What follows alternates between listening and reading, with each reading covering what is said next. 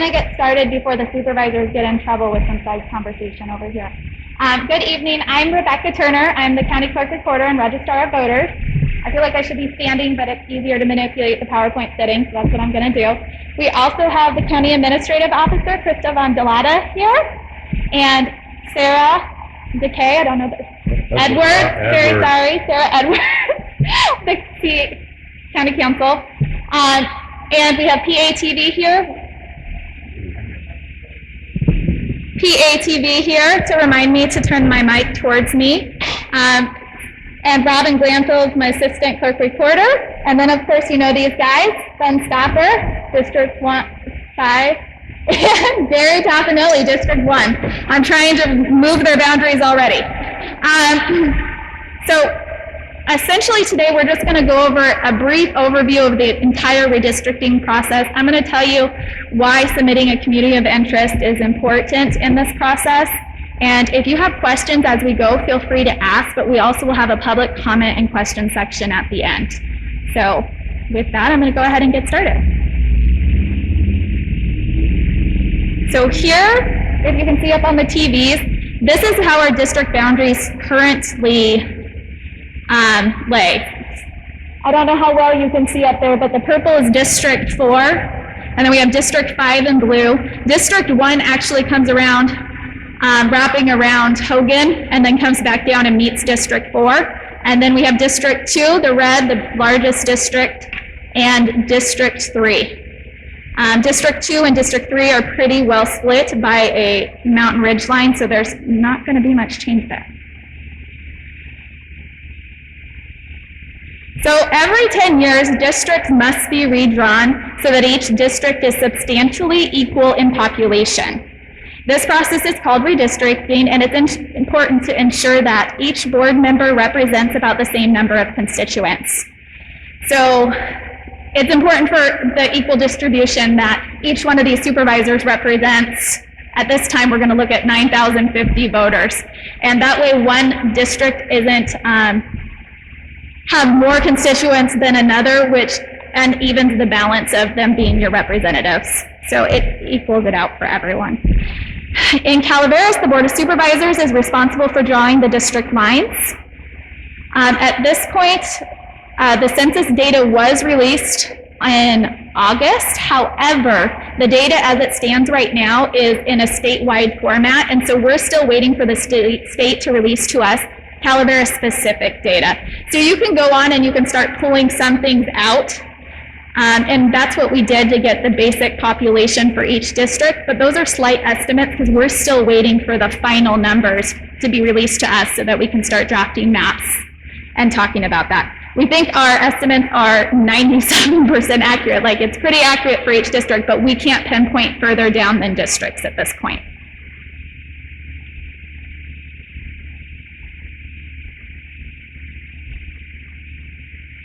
So when we look at the redistricting process, the overall thing we want to look at first is evening out the population. So that is our number one priority, is making the population even across the supervisorial districts. We also have to look at things like the Voting Rights Act, making sure that the changes that are made to the boundaries lines aren't discriminating against any parties. And then equal protection and not to be gerrymandering. So we can't just draw peninsulas through one district to another. The lines have to be somewhat compact, and we don't want to be splitting up designated census territories, like maybe not a city, but a town, something that everyone knows that that's that town and the population points in the middle. We shouldn't be splitting that up if it can be avoided. So this last 10 years, since the last redistricting, there's additional priorities that we have to look at. AB 1276 passed a couple years ago, and now we need to make sure, if to the extent possible, that all districts are geographically contiguous. So we shouldn't have bridges from one district to another district with a strip in the middle. Again, just making sure that in general the districts are somewhat compact. We also need to make sure that we're taking into account communities of interest. So if you submit to us and say your subdivision is a community of interest, and then give us a good reason why, and the reasons are pretty widespread, and we'll go through them in a little bit, then we need to take that seriously and take it into account when we're drawing the district boundaries, because a community of interest shouldn't be split into two supervisorial districts, because then that takes away your representation. Half of your district, or half of your community is in one district and half is in another, which means your voting power is reduced. And the goal in redistricting is not to reduce the voting power of communities. So now we are not only want to take into consider communities of interest, we're required by law to do so. Cities or census designated places, to the extent possible, should not be split into two districts. So we only have one city in Calaveras, the City of Angels, so we shouldn't be splitting that into two different districts, but we also have census designated places, which would be all of our towns, Valley Springs, San Andres. So to the extent possible, we should not be splitting those towns into different districts. In some circumstances, it might not be possible in like larger cities when their population base in one city is just there. But in rural areas, typically that is possible. So to whatever extent possible, we'd avoid splitting up any townships. Supervisorial districts should be easily identifiable and understandable by residents. So if we took, I'm using District 2 and 3 as an example because it's an easy example for me. If we took District 3 or District 2, who needs more population, and said, well, why don't we come pick up Avery? That's what they need. That's not really easily identifiable or understandable. For one, it's like in a different school district. They identify differently with their own towns, and there's no good way for them to travel from Avery into their district. They would be hiking through the mountains or going through backfire roads, so it's not it's not a good idea to do things like that. So when they say easily identifiable, that's what that means. We also need to make sure we're using natural or artificial barriers. Again, a natural barrier would be a ridgeline or a lake. An artificial would be man-made, so a street or other barriers determined by a governing body. But technically, like a street, when they say artificial barrier, is what is typically considered. Where it does not conflict with preceding criteria in the subdivision, you want to make sure that it's geographically compact. So when they say it does not conflict, they mean make sure you're following all those other criteria first and then start looking at compactness. And of course, the board should not adopt supervisorial districts that are in favor or for the purpose of favoring or discriminating against a political party. Got that, guys? It's a quiet room, and I feel very awkward with my mask on, and I feel like I'm shouting at you. So, communities of interest, I've talked about that some, and I'll just read it. Is a population that shares common social or economic interests that should be included within a single supervisorial district for the purpose of its effective and fair representation. Communities of interest do not include relationships with political parties, incumbents, or political candidates. We want to know what you consider a community of interest. So it's not for us to tell you your community is of interest. It's you tell us and tell us why, because that's why we're reaching out and asking, because we don't necessarily know. So different types of communities of interest, you can see this list is very long. It could be that your area is urban, or it's rural, or there's certain housing patterns or living conditions. You may have cultural, religious, or language differences. Communications, transportation, redevelopment areas, school districts, congressional or state legislative districts, income levels, educational backgrounds, age demographics, group quarters, policy issues. It could even be social interest, or you have common interest in a community center or a dog park or a park. So it is very widespread what it could be, and that's why we're reaching out to ask you if you have a community of interest and to please submit it. So if you would like to submit a community of interest, we do have online on our redistricting page a community mapper. It's up now, and it allows you to go on and submit your community of interest, explain why it shouldn't be split between two different supervisorial districts, and then you can make comments. You can also go on there and view other maps that other individuals have submitted and make comments on whether you agree or disagree with what they consider the community of interest to be. So if you are having trouble, or if you want to watch a YouTube video of me explaining how to make that map, we have one on our website as well. We also have a computer here if you wanted to submit a community of interest before you left today. And then we can help you or walk you through that. The redistricting website is up right now, and it gives you an overview of the process, a timeline, the community mapping tool, and a how-to video. Population data. Right now there's very basic population data. You've probably already seen just what the population is right now of each district. In the next couple of weeks, we're hoping to have more data, and we'll put it out on the website there too. And then these public hearing videos will also be posted on the website and viewable at later dates.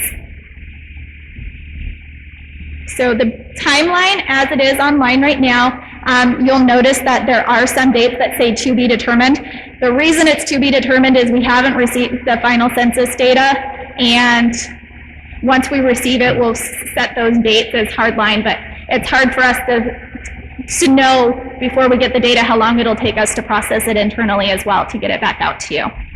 And we want to get it out to you before we have more public meetings, so that is why it says to be determined. So August 12th, the census data was released. It's now in the hands of the state, and we're waiting for our county-specific data to start drafting maps. We're now doing our town halls with the supervisors. Thank you, supervisors, for being here. And we're awaiting the census data from the state for Calaveras-specific data. And then in early October, the hope is to release draft maps, and then to have map hearing dates available. And once those released draft maps are out there, then we'll have 2 additional public hearings, a minimum of 2 additional public hearings to discuss those draft maps before the board brings them back for adoption.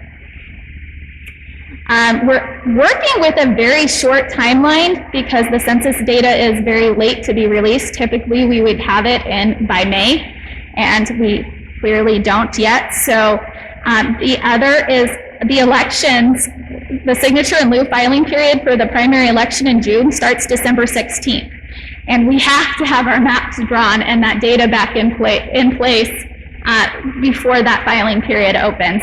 So we're working with a pretty short leash to get this all done, to talk to the community, to draft the maps, to have more discussion about the draft maps, and then get them adopted and in place.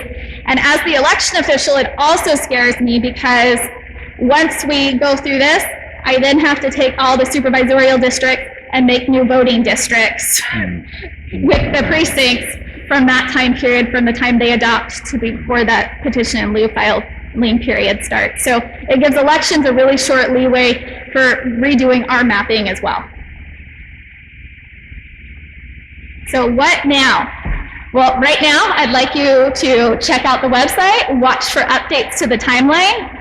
I'd really like you to submit a community of interest map. And then we submitted public comment cards, and those comments were, you could even use that card to say, this is what I think is a geographic area that's of importance, this is its location. You could provide that feedback via like textually as well, or in writing, and we would take it and take that in consideration even if you don't submit a map. We'd also like it if you wanted updates, if you provided your email address, and then whenever we send out a press release or we have updated information, the census data is received, we'd send you an email and let you know that it's now on the website. So contact information, if you want to send us an email specific to redistricting, we'd really like it if you emailed the redistricting email address so that we can keep that all compiled in one place. But you can also contact your supervisors, or you can contact me, of course. So here is the map. It's page 7. Just got it.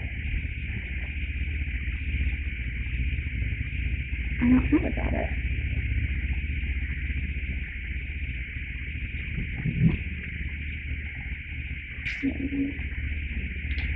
I had to close that area.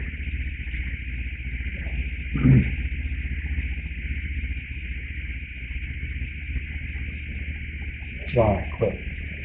Good job. Sorry, I talked fast. No. Do you want me to follow up right now? You are welcome to. I was just going to talk about this. Well, Rebecca gets herself back to her place. I just want to thank everyone for showing up and just reaffirm some of the things she's brought up during the presentation today that she put together for us.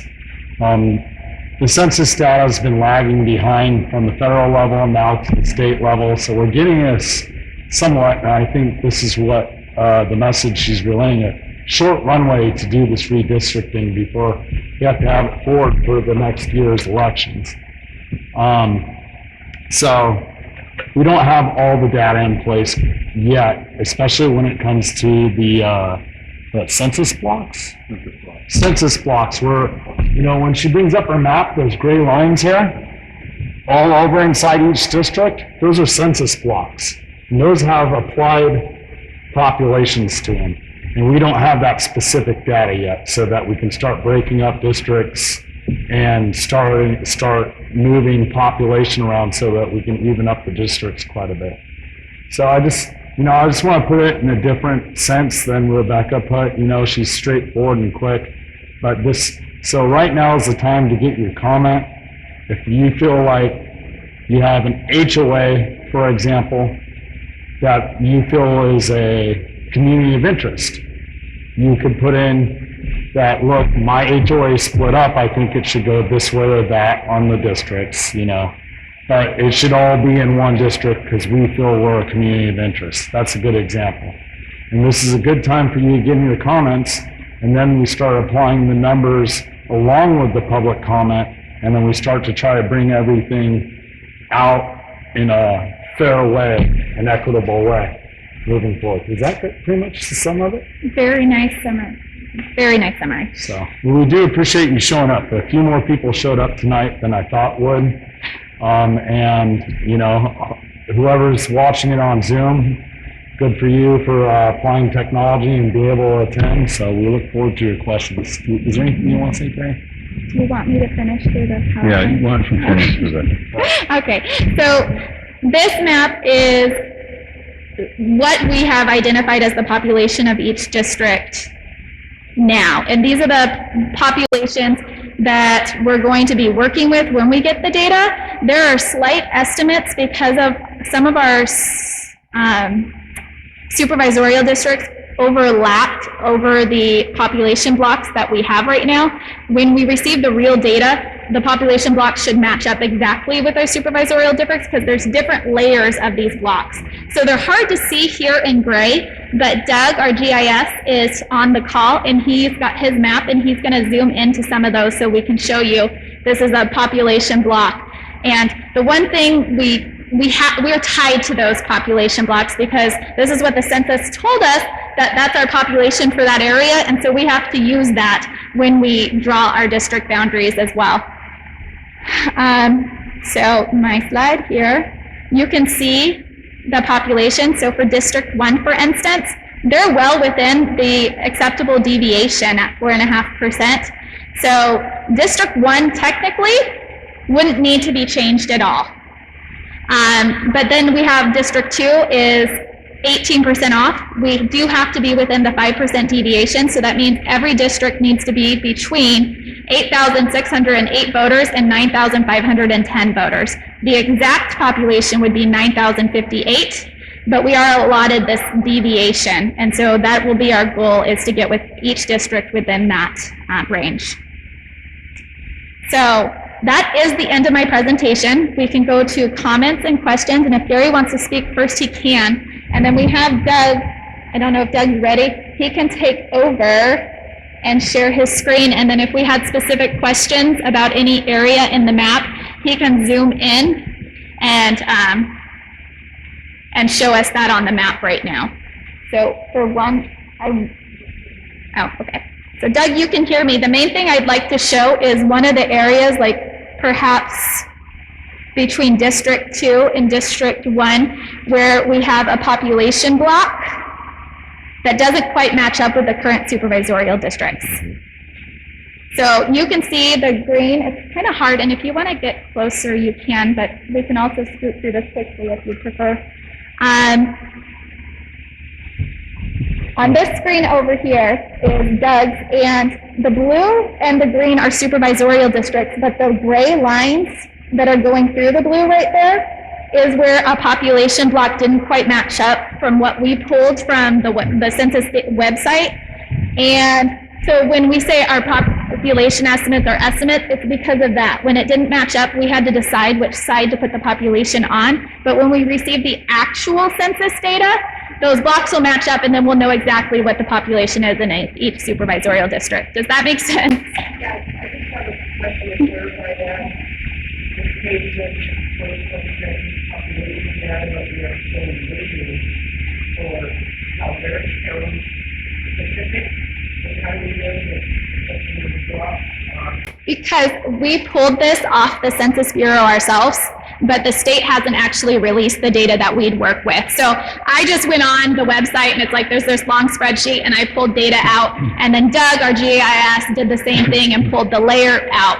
But we only have a small portion, and we'll actually be getting multiple sets of layers. Like where we just have those gray, we should have like 20 of those gray layers of different size population blocks. So they get, it's hard to, yeah, I was tired of waiting, so I went on there and pulled off what I could, but it's not perfect. So does anyone have any questions? Do you want to? I just want to say, yeah, I was involved in this 10 years ago, and it was the first time 10 years ago that we had any census blocks. Before that, I don't know, but where I live, there was Phil and Hazel Kane. They have some property there on Burson Road. It was their fence line was one of the lines, and if you're on one side of their fence line and you're on the other side of the fence line, one was District 5 and one was District 1. But since 10 years ago, we were mandated to go by these census blocks. And it's very important, just because these numbers say what they are, and I don't need to have any change in mind, and Ben needs to lose 15 or whatever. That comes into place somewhat, but it doesn't come into play altogether, because when you start moving other districts, like District 2 that's short, he has to pull from somewhere. And as she said, in District 3, there's a ridge line there, and you can't go over the ridge line because there's no way to access over there. You have to go all the way around to get over there. So he borders my district, and he does border District 4, far end of his district. So we're going to have to make some adjustments somewhere. And so if you start pulling from District 1, then I'm going to be less, so I have to move into another district that I border, and they may have to move into another district. So it's like a chain reaction. You set one thing here and boom, boom, boom on down the line just to get the numbers correct. And that's what's important about the census blocks, because you'll know exactly when you draw around that line, around that block, exactly how many people are within that block. And then you'll know adjusting each district that way. So it's a little bit more, it's a little bit better than before, but in some aspects it's not, because you're bound by them. And the last time what happened was, I'll take La Quintana in my district, for example. It got split. Part of the major part is still there, but on the other side of Vista del Lago, it took into District 5 because we had to follow the census block and make the districts even. And my subdivision where I'm at got split up, right down Hillville Drive. One side of Hillville Drive is District 5, the other side is District 1 where I live, because of the census blocks and having to be able to divide these things up correctly and adequately to surprise what federal law and state laws are as far as the district boundaries. The other thing I wanted to bring up is if you go onto Calaveras County website and you just get to the main website, to get to the redistricting, you got to scroll all the way down to the bottom of the page. And at the bottom of the page, you'll say redistricting, and you just click on that, and it'll take you to the page that you need to go to make your comments. It'll have different tabs on it that you can follow. You can see the map, and the map will be updated as we get the information. And so you can split it in eventually to districts. But there's a lot of information, and there'll be more information coming as we go further into this month and into October. Before we know, I don't think that there's a master here that people can read about the census, and I know you guys coming on the voting side, but we have to use the numbers that are provided to us by the Census Bureau and the blocks provided to us. I know there was some because of the COVID and people who moved up here from the Bay and moved back, but we're bound by the numbers that are given to us by this. Yeah, so. But it is interesting though, because if we did the census a year later, what would it be? So that is very interesting. Yeah, it's a good point.